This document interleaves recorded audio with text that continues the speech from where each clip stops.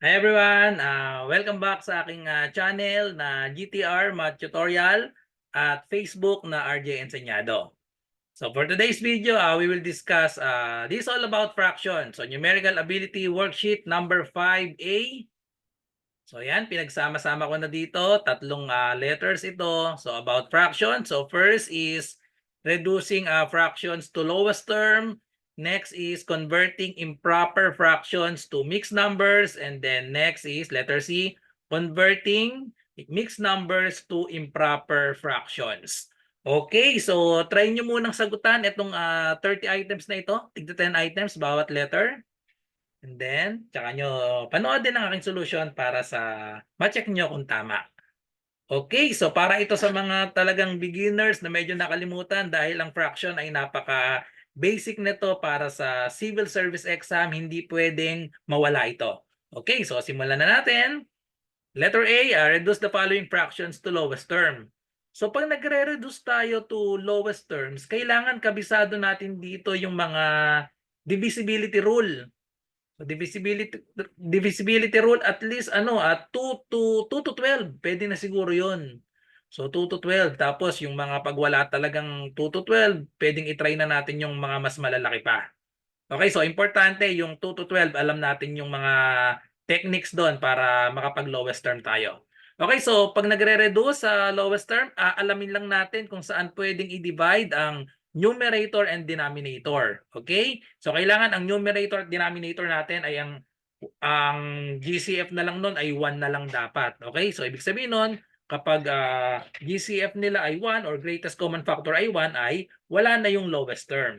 Naka-simplest form na yon. Okay? So number 1, we have 7/21. I-reduce to lowest term to. So obvious naman, kapag ganito, itatry nyo lagi yung maliit na number kung divisible ba yung malaki. So 7/21, ang 21 ay divisible by 7. So ibig sabihin, itong number 1 ay i-divide natin.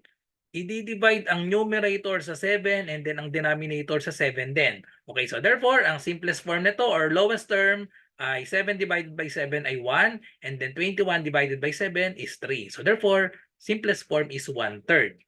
Okay, so next number 2, we have 8/56. So pag yung isa medyo maliit, 8 lang, tapos yung denominator 56, laging i-try nyo yung maliit na number. So ang 56 divisible by 8. So therefore, i-divide natin parehas sa 8. Kung hindi naman natin nakita agad na 8 yan, pwedeng i-divide muna sa 2, tapos kung yung sagot, pwedeng i-divide nyo sa 4 or pwedeng sa 2 ulit, tapos pwedeng sa 2 ulit. Pwedeng paulit-ulit ang pagdi-divide. Pero kung nakuha nyo na agad yung 8 ang greatest common factor, idiretso na natin sa 8. Okay, kasi ang 8 divided by 8, that is 1. And then 56 divided by 8, that is equal to 7. So final answer is 1/7. Okay, so next 17/51, saan pwedeng i-divide ito? Ang 17, prime number ito. So kailangan din, makakatulong sa inyo, kabisado nyo dapat ang mga prime numbers na at least less than 100. Meron tayong 25 prime numbers na less than 100. So sana ay kabisado nyo yon. Para isang tingin nyo lang, alam nyo na 17, prime number itong 17. So wag na kayong mag-isip kung divisible ito sa 2, 3, 4 hanggang ayan, mga hanggang 16 kasi prime number ang 17. Okay? So yung 51, itatry nyo na lang itong 51 sa 17. Okay? So divide natin pareha sa 17, divide pareha sa 17. Ayan. So hindi mo kang 17 tong ilalim. Ayusin natin. So divide pareha sa 17, both the numerator and denominator. 17 divided by 17 is 1. 51 divided by 17, that is equal to 3. So 3 times 17 kasi, that is 3 times 7, 21. 3 times 1 is 3 plus 2, 51. Okay? So 1/3 ang lowest term ng 17/51. Okay, so next number. Number 4, 108/110. So medyo malaki yung number natin tapos magkatabi lang. So pag ganyan, 108, 110, magkatabi lang eh. So dalawa lang. So ibig sabihin, pwede lang natin itong i-divide sa maliit na number lang dapat. Since even number siya, 8 tsaka 10 yung dulo, or 8 tsaka 0 yung dulo, pwedeng i-divide lang natin ito sa 2. Sa 2 na lang natin yan pwedeng i-divide. Magkatabi lang kasi yung number natin. Okay, so divide natin sa 2. Kaya na siguro i-mental ito. Ang 100 divided by 2 ay 50. Tama? 100 divided by 2, 50. Eh, meron pang 8. Eh, di magiging 54 ito. Okay, so 54. And then, ang 110, kagaya nga kanina, sabi ko, ang 100 divided by 2 ay 50. Meron pang 10. 10 divided by 2. So, that is 5. So, therefore, 54 over 55. So, obvious naman, wala nang lowest term yung 54 over 55 kasi magkatabi na yung number. Pag magkasunod yung number, wala nang lowest term yon, okay? So, 54 over 55 na ang lowest term natin. Okay, so next 24 over 25 o 24 over 45. So, saan to pwedeng i-divide? So, kailangan alam nyo ang divisibility rule natin. Pwedeng i-divide parehas ito sa 3. Kasi ang sum ng digits ay divisible sa 3. 2 plus 4 is 6, 4 plus 5 is 9. Yung divisibility rule natin sa 3, kapag ang sum ng digits ay divisible sa 3 yung number. Okay? So, i-divide natin parehas sa 3 ang numerator at denominator. Okay? So, i-mental na natin. 24 divided by 3, so that is 8. And then we have 45 divided by 3. 4 divided by 3, that is 1. Tapos, meron pang sobra na 1, no? So, magiging 1, bring down 5, 15 divided by 3, that is 5. So, 8 over 15, wala nang lowest term. So, ito na yung final answer, 8 over 15. Okay, so next number 6, 3 over 45. So, madadali kapag ganitong maliit yung numerator or maliit yung isang number. So, 3 lang. So, itatry na lang natin ito sa 3. Ang 45 divisible by 3 kasi kagaya ng number 5, di ba? 45. So, divide lang natin pareha sa 3 ang numerator at denominator. Therefore, the answer will be 3 divided by 3 is 1. 45 divided by 3 is 15, kagaya nitong nasa taas. So, 1 over 15. Next, we have 21 over 63. So, divide lang natin ito sa, so, divisibility rule ulit ng 3. 2 plus 1 kasi, that is 3. 6 plus 3 is 9. So, parehas divisible by 3 ito. So, pwedeng sa 3 muna. Pag hindi nyo agad nakita yung mas malaking number, pwedeng, so, ipapakita natin dito yung maliit na number muna. Okay, sa 3. Try natin sa 3. 21 divided by 3 is 7. And then, 63 divided by 3. 6 divided by 3 is 2. And then 3 divided by 3 is 1. Then yung sagot natin, baka meron pa ulit. Mapapansin nyo, itong 7 over 21, kaparehas pala yan itong number 1. Okay? So pwede pa ulit i-divide. Kung hindi nyo agad nakita, kasi ang 21, ang 63, divisible ito sa 21. Diba? 21 times 3, that is 63. So ayan, kagaya nga nung kanina sabi ko, kung hindi nyo agad nakita yung malaking number na GCF, pwedeng maliit na number lang muna. Tapos yung answer nyo, tingnan nyo muna yung sagot nyo kung wala ng GCF yan, bago natin bilugan yan na final answer. So hindi pa to final answer kasi divisible pa nga pareha sa 7, kagaya na itong number 1 yan, 7 over 21. So therefore, ang final answer dito ay 1/3. Okay? So next number, 11 over 132. Maliit yung number, maliit yung numerator natin tapos prime. 11 is a prime number. So therefore, pwede lang nating itry yan kapag prime number yung isa sa numerator or denominator natin. Doon na lang natin i-divide yan sa 11 kasi nga prime number ang 11. Okay, so therefore equal na to sa 1 over 32 divided by 11. So pwede ka tayong mag-scratch dito. 132 divided by 11, that is 1 times 11. We have 11, subtract 13 minus 11, we have 2, bring down to 22 divided by 11 is 2. So 2 times 11, 22, wala na siyang remainder. So therefore, the final answer is 1 over, the quotient is 12. So 1 over 12. Next number, 16 over 24. So, saan pwedeng i-divide ito? So, kagaya nung kanina, kapag hindi nyo agad nakita na divisible sa 8, pwedeng i-divide muna sa 4, pwedeng i-divide sa 2. Pero pag nakuha nyo na agad na ang GCF ay 8, diretso na tayo sa 8. Okay? So, divide sa 8, 16 divided by 8, that is equal to 2. And then, 24 divided by 8 is 3. 2 over 3, wala nang lowest term yan kapag magkadikit na number. 2 over 3. Final answer. And then last number 10, 2 over 18. Madadali yung ganitong maliit yung number. Maliit yung number natin, no? So, pwede lang siyang i-divide sa 2 lang. Okay, so divide both by 2. Therefore, the answer is 2 divided by 2, 1. 18 divided by 2 is 9. So, 1 over 9 is the final answer. Okay, so next part, letter B. Convert the following improper fractions to mixed numbers. So, to convert improper fractions to mixed numbers, ang gagawin lang natin ay long division lang. Long division, yung quotient natin ay ilalagay sa whole number and then yung remainder ay ilalagay sa numerator, then just copy the denominator. 11 over 9, automatic, pag change yan sa mixed number, over 9 pa rin yung ating denominator. Okay? So lahat na itong mga number natin dito, yung denominator natin dyan ay kung ano pa rin yung given na denominator. So 11 over 9, ilang 9 meron sa 11? Meron lang 1. Ilan yung remainder? 11 divided by 9, that is 1. Remainder 2. Okay? So sobra lang ng dalawa sa 9 itong 11. So therefore, that is 1 and 2 over 9. So again pag sinabi nga palang improper fraction, mas malaki dapat yung numerator sa denominator. Okay? So final answer dito is 1 and 2 over 9. Next, we have 61 over 3. So divide lang natin. Automatic ang denominator niyan ay 3. Kapag hindi kayang i-mental, pwede tayong mag-scratch. So we have 61 over 3. Yan. So 6 divided by 3, that is 2. 2 times 3 is 6. And then bring down 1.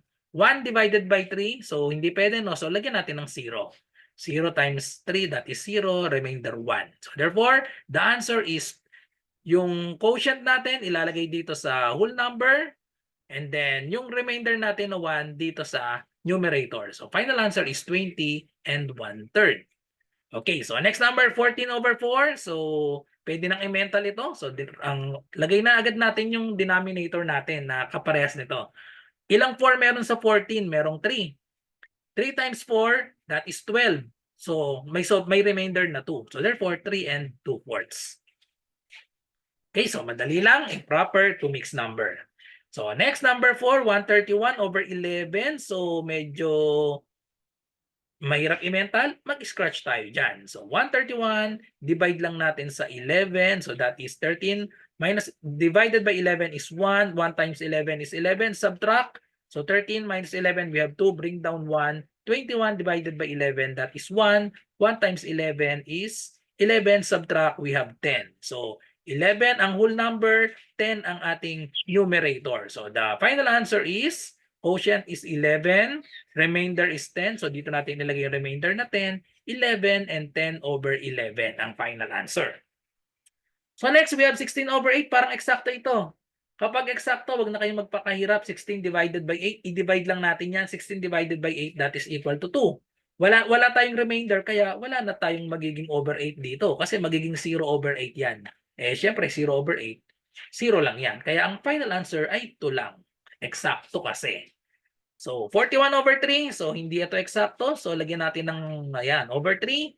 So just divide 41 divided by 3. 4 divided by 3 is 1. 1 times 3 is 3. Subtract 4 minus 3 is 1. Bring down 1, 11. Divided by 3, that is 3. Times 3, that is equal to 9. Subtract 11 minus 9 is 2. Therefore, the answer is, whole number is 13. The remainder is 2. So 13 and 2/3. Okay, so 21 divided by 2. So madali na itong i-divide, i-mental na natin. So just copy the denominator. Ilang 2 meron sa 21? So sa 20 merong 10. 10 times 2, that is 20. May remainder pa na 1. So 10 and 1/2. Okay, so next number, parang eksakto ito. 64 divided by 4, eksakto yan. So 64 divided by 4. 6 divided by 4, that is 1. 1 times 4 is 4. Subtract 6 minus 4, that is 2. Bring down 4. 24 divided by 4 is 16. Eksakto nga. 6 times 4, 24. So walang remainder. So ang answer lang dito is 16. Whole number lang siya. Next, we have 108 over 9. Parang eksakto rin ito So verify lang natin. 108 divided by 9. So 10 divided by 9 is 1. 1 times 9, we have 9. Subtract 10 minus 9 is 1. Bring down 8. 18 divided by 9, eksakto nga siya. That is 2. 2 times 9 is 18. Walang remainder. So therefore, 108 over 9. So 12 lang ang answer dyan. Wala nang fraction. Hindi siya mixed number. Whole number lang. And then last 91 divided by 10. So madali ito kasi divided by 10 So over 10. So kopyahin lang yung 10. Ilang 10 meron sa 91? That is 9. Obvious naman yan. 9 times 10 is 90. Meron pa tayong sobra na 1. So ilagay natin yung sobra na 1 dito. So therefore, 9 and 1 over 10. Okay? So last part para sa worksheet number 5A natin. Converting mixed number. So kabaligtaran naman, mixed number to improper fractions. So to convert mixed number to improper fraction, ang gagawin lang natin, so i-multiply natin ito. Denominator to whole number, i-multiply. Yung sagot, 2 times 3, that is equal to 6. Yung sagot ay i-add natin dito sa numerator natin. 6 plus 1, that is equal to 7. Then just copy the common denominator, 3. So the answer is 7 over 3. Okay, so para wag kayong malito, ilagay nyo na agad yung mga denominator. Ayan, 5. Ilagay na agad natin yan. So ito, ilagay na agad natin yung 9. Okay? So anong gagawin? I-multiply lang ito. Multiply. 5 times 4 is 20. And then add the numerator, 20 plus 4. We have 24 over 5. Okay, so ganun lang kasimple. So we have 9 times 11. So multiply yan. We have 99. And then add sa numerator, 99 plus 1. So that is 100 over 9. Okay, so ulitin lang natin dito sa mga sumunod na numbers. Paulit-ulit lang. So pwedeng ilagay na natin lahat ng mga denominator para wag na kayong malito. Okay, so we have, so parang ano na lang to, addition and multiplication na lang ano. So kailangan lang kabisado nyo na lang yon. So 3 times 6, so that times natin, that is equal to 18. And then 18 plus 2, so we have 20 over 3. Next, so we have parang kaparehas. O yun, hindi pala. So 4 times 5, so multiply, that is 20. And then yung answer, i-add natin sa numerator, 20 plus 1, we have 21 over 4. So next, so we have 7 times 9, that is equal to 63. And then add the numerator, 63 plus 2, that is 65 over 7. Okay, so ang ginagawa ko, nilalagay ko na agad yung mga denominator para hindi na kayo malito dyan. So ilagay nyo na agad yung mga denominator natin dyan. Okay, so 11 times 4, so multiply, that is 44. And then yung product, i-add sa numerator, 44 plus 1, we have 45 over 11. Okay, so ito medyo malaki, 51 and 6 over 13. So ayan, multiply lang natin yan. Kailangan natin mag-scratch, malaki-laki yan. So we have 51 times 13, so that is equal to 3 times 1 is 3. 3 times 5, you have 15. And then 1 times 51, so kopyahin lang natin yung 51. Then add, so bring down 3. 5 plus 1, that is 6. 1 plus 5 is another 6. So we have 663. I-add natin dito. I-add dito sa numerator. So 663 plus 6. So the answer is 669. So therefore, we have 669 over 13. So kahit malaking number, ganun pa rin yung process natin, ha? So we have 1 and 4 over 9. So multiply 9 times 1, we have 9. And then add the numerator. 9 plus 4 is 13 over 9. And then for our last number, 3 and 2/5. So just multiply this. So 5 times 3, we have 15. And then add the numerator, 15 plus 2, that is 17 over 5. Okay, that's all. So thank you for watching. O yun, nawala yung thank you for watching. Napapunta na tayo sa next natin na worksheet. So putulin ko na muna dito. So thank you for watching at kita-kita tayo sa susunod natin na worksheet. Ito yung susunod na worksheet. Ano ko na kanina, itong 5B. So tungkol pa rin sa fraction, which is larger, and then itong isa arrange naman natin. Okay, so kung may math question po kayo, i-comment nyo lang po dito sa aking YouTube channel na GTR Math Tutorial, or kung sa FB kayo nanonood, PM nyo lang ako. Yan, RJ Enseñado. So good luck po sa lahat na nagre-review. Bye-bye and God bless.